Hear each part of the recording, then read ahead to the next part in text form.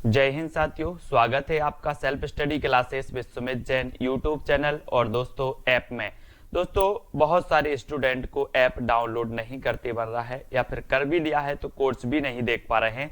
तो मैं आज उनको बता दूं कि ये जो सेल्फ स्टडी क्लासेस इस प्रकार से जब आप प्ले स्टोर से करते हैं तो ये आपका वेल जो है आइकन उसमें लगा हुआ है ना। तो इस प्रकार से सेल्फ स्टडी क्लासेस आपको सर्च करना है और ऐसे आइकन में आपको ऐप मिलने वाला है। ठीक है, तो दोस्तों हम देखें कि प्ले स्टोर में आपको इस प्रकार से दिखेगा ये सेल्फ स्टडी क्लासेस। ठीक है, ये प्ले स्टोर में आपको सेल्फ स्टडी क्लासेस का ऐप दिखने वाला है। ठीक है, ये इमेज उसमें डली है, ये आइकन, ये लोगो उसमें डला है। ठीक है, अब दोस्तों इसको इंस्टॉल करना है, यहां से आप इंस्टॉल करेंगे। ठीक है, अब इंस्टॉल करेंगे तो वहां पर आपको नंबर मांगेगा, जीमेल नंबर मांगेगा, तो आपको ओटीपी आएगा, तो आप रजिस्टर करके आगे बढ़ेंगे। और दोस्तों अगर आपने अभी तक सेल्फ स्टडी क्लासेस का ऐप डाउनलोड नहीं किया है तो आज ही दोस्तों self study classes app download करें। अगर दोस्तों आप UP TGT, PGT, Punjab master cadre या फिर जूनियर हाई स्कूल यूकेएलटी एग्जाम की तैयारी कर रहे हैं तो दोस्तों हिंदी साहित्य के लिए सबसे best platform self study classes app, जहां पर आपको संपूर्ण कोर्स मिलेगा ट्रिक से साथ, है ना। संपूर्ण कोर्स आपको मिलेगा, विस्तृत अध्ययन, संपूर्ण कोर्स के आपके करवाए जाएंगे टॉपिक वाइज टेस्ट, साथ ही मिलेंगे आपको लाइव क्लासें, डाउट्स क्लियरिंग, सारी चीजें मिलने वाली हैं दोस्तों। तो किस तिथि को हिंदी को राजभाषा बनाने का निर्णय लिया गया, ये क्वेश्चन कल आपने बताया था, कल आपको चैलेंज प्रश्न के रूप में इस प्रश्न का दिया गया था और बहुत सारे लोगों ने जो दोस्तों बताया है उत्तर, वो बताया है क्या 14 सितंबर 1949, है ना। ये आपका सी नंबर बिल्कुल सही था। ठीक है, अब आज का सेशन अपन स्टार्ट करेंगे। आप लोग तैयार रहे उत्तर बताने के लिए। आपको बताना है दोस्तों कि वर्ष 1955 में गठित प्रथम राजभाषा आयोग के अध्यक्ष कौन थे।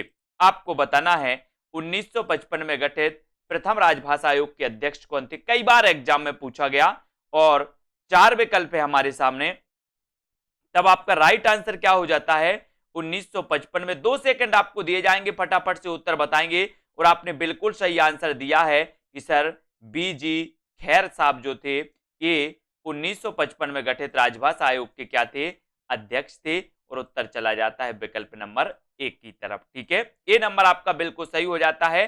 अगला क्वेश्चन आपसे पूछा जाएगा, बघेली बोली का संबंध किस उपभाषा से है। बघेली का संबंध आपको बताना है किस उपभाषा से है बघेली का संबंध। 4 विकल्प हैं, 2 सेकंड आपको दिए जाते हैं। हमने दोस्तों बघेली को कई बार पढ़ा है ना, और अपन ने पढ़ा था अब छत्तीसगढ़ी। अब छत्तीसगढ़ी यानी कि आ से अवधि, बा से बघेली और छत्तीसगढ़ी से छत्तीसगढ़ी। इसका संबंध कौन से है इन तीनों का, इन तीनों का संबंध है पूर्वी हिंदी। और पूर्वी हिंदी का जो उदय होता है वो किससे होता है, अर्धमागधी। अर्धमागधी अपभ्रंश से दोस्तों पूर्वी हिंदी का उदय माना जाता है ना। ये याद रख लेना, अर्धमागधी अपभ्रंश से पूर्वी हिंदी, और पूर्वी हिंदी की 3 बोलियां हैं अब छत्तीसगढ़ी, अवधी बघेली और छत्तीसगढ़ी। ठीक है, अगला क्वेश्चन है, भाषा के आधार पर राज्यों की पुनः संरचना किस वर्ष की गई। किस वर्ष पर की गई भाषा के आधार पर, बताइए। 1952, 54, 53 या फिर 56 में। ये क्वेश्चन तो कई बार आया है और पूछा ही जाता है, जीके में भी पूछ लिया जाता है, हिंदी में भी पूछ लिया जाता है। ऐसा क्वेश्चन है, ऑलराउंडर क्वेश्चन, जीके में भी आता है। तो यहां पर याद रख लेना कि भाषा के आधार पर राज्यों की पुनः संरचना किस वर्ष की गई थी। तो आपका राइट आंसर है 1956 में। कब की गई थी, 1956। और डी नंबर आपने बिल्कुल सही बताया। ठीक है, डी नंबर। अगला क्वेश्चन आपको बताना है कि भाषाई आधार पर सर्वप्रथम किस राज्य का गठन किया गया। भाषाई आधार पर बताना है दोस्तों, वो राज्य कौन सा है। ये क्वेश्चन भी जीके का भी है और हिंदी का भी है। तो बताओ भाषाई आधार पर सर्वप्रथम किस राज्य का गठन हुआ है। तो आपका राइट आंसर क्या होना चाहिए, और बोले सर भाषाई आधार पर राज्य की अगर बात करोगे तो आप लगा देना आंध्र प्रदेश। ठीक है, भाषाई आधार पर सर्वप्रथम आंध्र प्रदेश राज्य का क्या किया गया, गठन किया गया। और उत्तर चला जाता है विकल्प नंबर डी की तरफ। ठीक है, हिंदी भाषा की बोलियों के वर्गीकरण के आधार पर छत्तीसगढ़ी बोली है, क्या है, पूर्वी हिंदी है, पश्चिमी हिंदी है, पहाड़ी हिंदी या फिर राजस्थानी हिंदी, क्या है। हिंदी भाषा की बोलियों के वर्गीकरण के आधार पर छत्तीसगढ़ी बोली क्या है। बताइए। तो हिंदी भाषा की बोलियों के वर्गीकरण के आधार पर छत्तीसगढ़ी बोली आपसे पूछा गया कि छत्तीसगढ़ी बोली है तो क्या है। छत्तीसगढ़ी अपन ने पढ़ा भी था। बोले सर अवधी, बघेली और छत्तीसगढ़ी ये पूर्वी हिंदी के अंतर्गत आती हैं। तो उत्तर आपने लगा दिया विकल्प नंबर ए और आपका राइट आंसर हो जाएगा ए नंबर। ठीक है, अगला क्वेश्चन आपसे पूछा जाता है साथियों कि भारतीय संविधान के किन अनुच्छेदों में राजभाषा संबंधी प्रावधान का उल्लेख है। बहुत बढ़िया प्रश्न है। किन अनुच्छेदों में है? अनुच्छेद 343 से 351, अनुच्छेद 434 से 445, अनुच्छेद 351 से 363, अनुच्छेद 453 से दोस्तों 464। तो सरल क्वेश्चन है, पूछा भी जाता है लेकिन सभी से बनेगा भी कि भारतीय संविधान के किन अनुच्छेदों में राजभाषा संबंधी प्रावधानों का उल्लेख है। तो वो है दोस्तों अनुच्छेद 343 से 351 तक। अनुच्छेद 343 से 351 तक ये राजभाषा संबंधी इसमें प्रावधान का उल्लेख है और विकल्प नंबर ए आपका बिल्कुल सही हो जाता है। अगला क्वेश्चन है, उर्दू भाषा किस भाषा की लिपि है? बताइए, उर्दू भाषा किस भाषा की लिपि मानी जाती है? हिब्रू की, अरबी, तुर्की या फारसी की? इससे पहले तो हमने पढ़ा कि सर देवनागरी हमारी हिंदी की जो लिपि है वो देवनागरी है ना। मराठी की लिपि देवनागरी है। और दोस्तों उर्दू भाषा किस भाषा की लिपि है ये आपसे पूछा गया। तो उर्दू भाषा जो है वो फारसी की लिपि है। काय की? फारसी। और उत्तर किसकी तरफ चला जाता है? विकल्प नंबर डी की तरफ। ठीक है, ये छोटे छोटे क्वेश्चन आपके कई बार पूछे जाते हैं दोस्तों, इन क्वेश्चन के लिए हमें तैयार रहना है। ठीक है, अगला क्वेश्चन आपको बताना है कि अंग्रेजी भाषा की लिपि कौन सी है। अंग्रेजी भाषा की लिपि आपको बताना है। अंग्रेजी भाषा के बारे में हमने पढ़ा था कि अंग्रेजी को 22 भाषाएं जो हमारी संविधान की 8वीं अनुसूची में सम्मिलित की गई हैं, उन 22 भाषाओं में से अंग्रेजी को शामिल नहीं किया गया, जबकि अंग्रेजी को राजभाषा का दर्जा प्राप्त है। दोस्तों 30 का उत्तर आपको बताना है। तो अंग्रेजी भाषा जो की लिपि है जो वो है दोस्तों वो कौन सी है? रोमन लिपि। कौन सी लिपि है? रोमन। और उत्तर हो जाता है आपका विकल्प नंबर डी, रोमन लिपि राइट आंसर हो जाएगा। अगला क्वेश्चन आपको यहां पर चयन करना है। अगला क्वेश्चन है, खड़ी बोली किस हिंदी की भाषा है? खड़ी बोली किस हिंदी की भाषा है? इसका उत्तर आपको चयन करना है। चयन करेंगे सभी लोग, यहां पर आ जाते हैं। खड़ी बोली किस हिंदी की भाषा मानी जाती है? इसका उत्तर आपको चयन करना है। क्या सही हो जाएगा? तो खड़ी बोली किस हिंदी की भाषा मानी जाती है? तो बोले सर ये खड़ी बोली का अपन ने पढ़ा था कि खड़ी बोली को कोरबी भी कहा जाता है। कोरबी कहा जाता है, इसका एक अन्य नाम क्या है? कोरबी है। और दोस्तों हिंदी का जो वर्तमान में प्रचलित रूप है वो खड़ी बोली ही है ना। और खड़ी बोली किस हिंदी की भाषा है? तो वो पश्चिमी हिंदी की है। और उत्तर चला जाता है विकल्प नंबर सी की तरफ। ठीक है, अगला क्वेश्चन है आपका, आपको बताना है कि मध्यकालीन आर्य भाषा किससे कहा गया? मध्यकालीन आर्य भाषा किससे कहा गया? पूर्वी हिंदी को, प्राकृत हिंदी को, पहाड़ी हिंदी या फिर बिहारी हिंदी को? तो बताइए मध्यकालीन आर्य भाषा किससे कहा गया? आंसर आपको चयन करना है। और आपने जो चयन किया है कि सर मध्यकालीन आर्य भाषा की अगर आप बात करोगे तो उत्तर आपका सही हो जाता है क्या? विकल्प नंबर बी, प्राकृत हिंदी को मध्यकालीन आर्य भाषा कहा गया। और राइट आंसर आपका हो जाएगा विकल्प नंबर वी, जो कि सभी लोगों ने बताया। अगला क्वेश्चन आपकी स्क्रीन पर है। अगला क्वेश्चन आपको बताना है, उत्तर क्या हो जाएगा? स्वर श्रेणी अपभ्रंश से कौन सी भाषा विकसित हुई? स्वर श्रेणी अपभ्रंश से आपको चयन करना है, कौन सी भाषा विकसित हुई? चयन करिए सभी लोग। स्वर श्रेणी अपभ्रंश से कौन सी भाषा विकसित हुई? पूर्वी हिंदी, बिहारी, पश्चिमी हिंदी या फिर लहंदा? इस स्वर श्रेणी अपभ्रंश दोस्तों अपन ने देखा कि जो हिंदी की बोलियां हैं वो किसी ना किसी अपभ्रंश से है ना दोस्तों उनकी उत्पत्ति हुई है और विकसित हुई हैं। तो स्वर श्रेणी अपभ्रंश से आपको बताना है। तो अपन ने पढ़ा था कि सर स्वर श्रेणी अपभ्रंश से निकली कौन सी? पश्चिमी हिंदी। कौन सी निकली? पश्चिमी हिंदी। और पश्चिमी हिंदी की जो बोलियां मानी जाती हैं अपन ने पढ़ा था, कानों के खड़ी बुंदेली, ब्रजभान हरि के पास कन्नौजी, खड़ी बोली, बुंदेली, ब्रज और हरियाणवी, ये मानी जाती है दोस्तों पश्चिमी हिंदी की। ठीक है, इनको हमें याद रख लेना। अगला क्वेश्चन आपको जो चयन करना है वो चयन करना है कि हिंदी की विशिष्ट बोली ब्रज भाषा किस रूप में सबसे अधिक प्रसिद्ध है? ये क्वेश्चन तो कई बार आया है दोस्तों। ये क्वेश्चन आपसे कई बार पूछा गया कि हिंदी की विशिष्ट बोली ब्रज भाषा किस रूप में सबसे अधिक प्रसिद्ध है? तो किस रूप में है? रामलीला के रूप में है, गद्य भाषा के रूप में है, नाट्य भाषा के रूप में है, या फिर काव्य भाषा के रूप? इसके पहले हमने पढ़ा था कि जो ब्रज भाषा है, ये ब्रज भाषा पश्चिमी हिंदी के अंतर्गत आती है।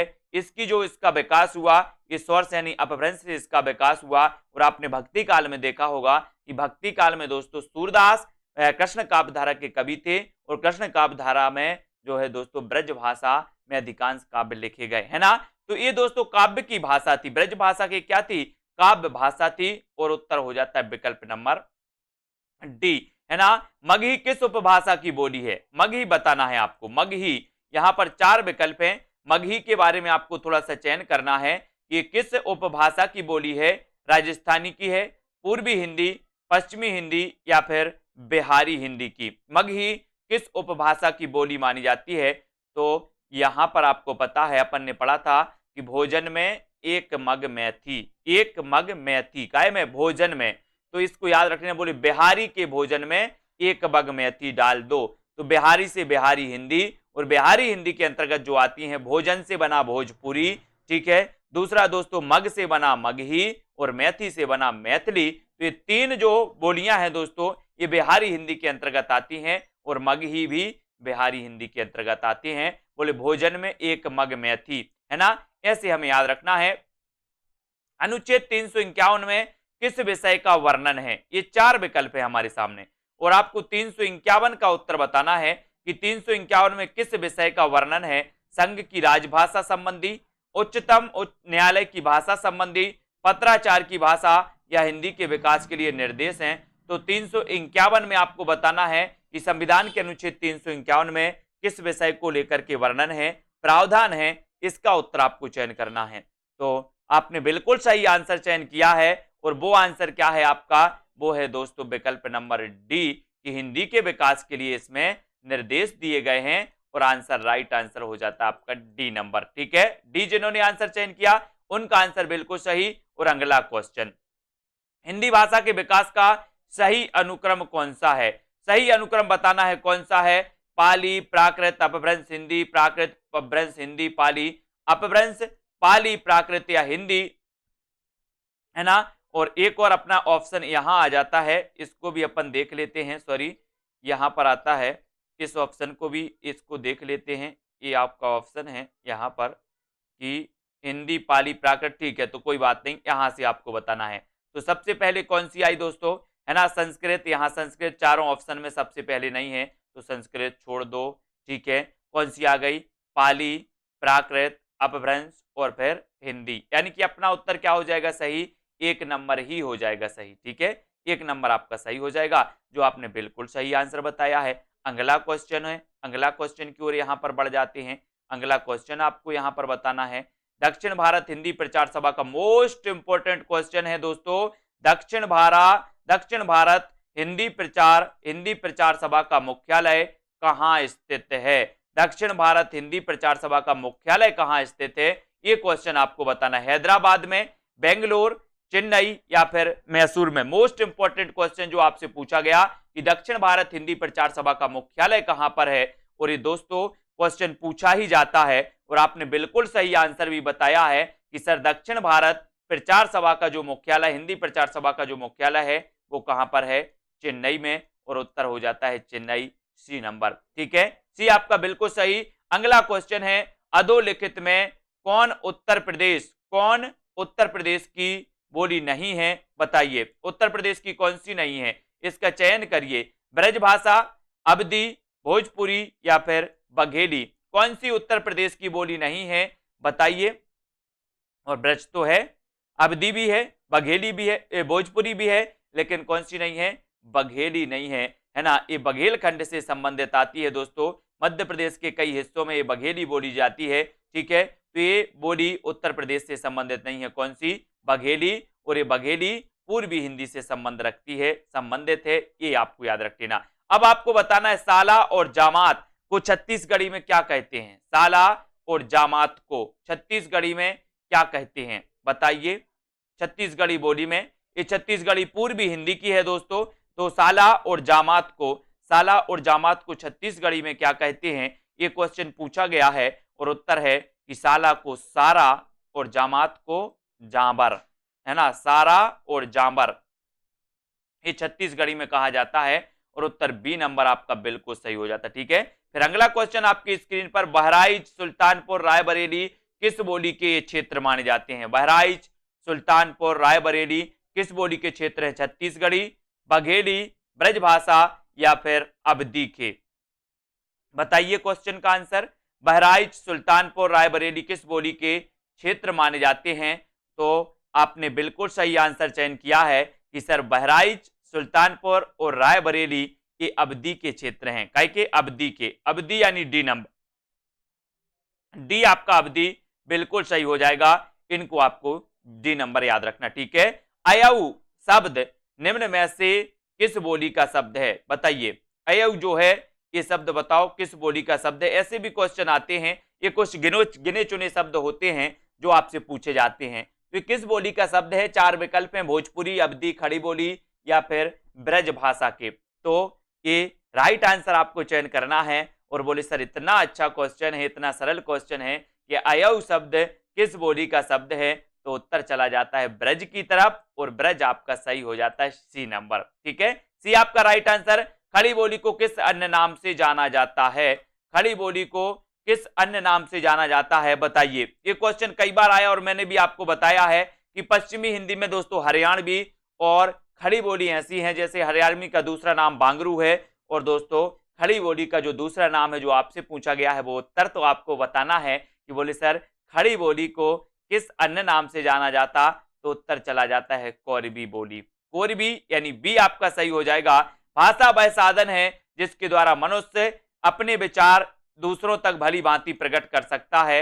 ये कथन किसका है? ये कथन आपको बताना है, ये कथन किसका है?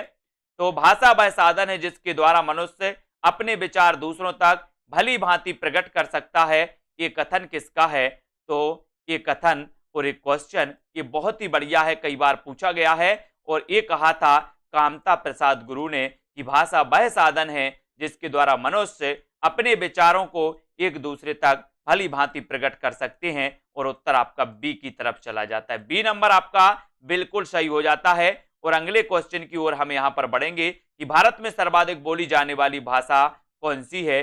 इसका उत्तर आपको कमेंट में देना है। आज का चैलेंज प्रश्न है, वो सभी बंदे, वो सभी जिन्होंने देखा है और जिनको उत्तर पता है उनका कमेंट आना चाहिए, है ना। भारत में सर्वाधिक बोली जाने वाली जो भाषा है वो बोली जाने वाली भाषा कौन सी है? सर्वाधिक बोली जाने वाली भाषा कौन सी है? इसका उत्तर आपको बताना है।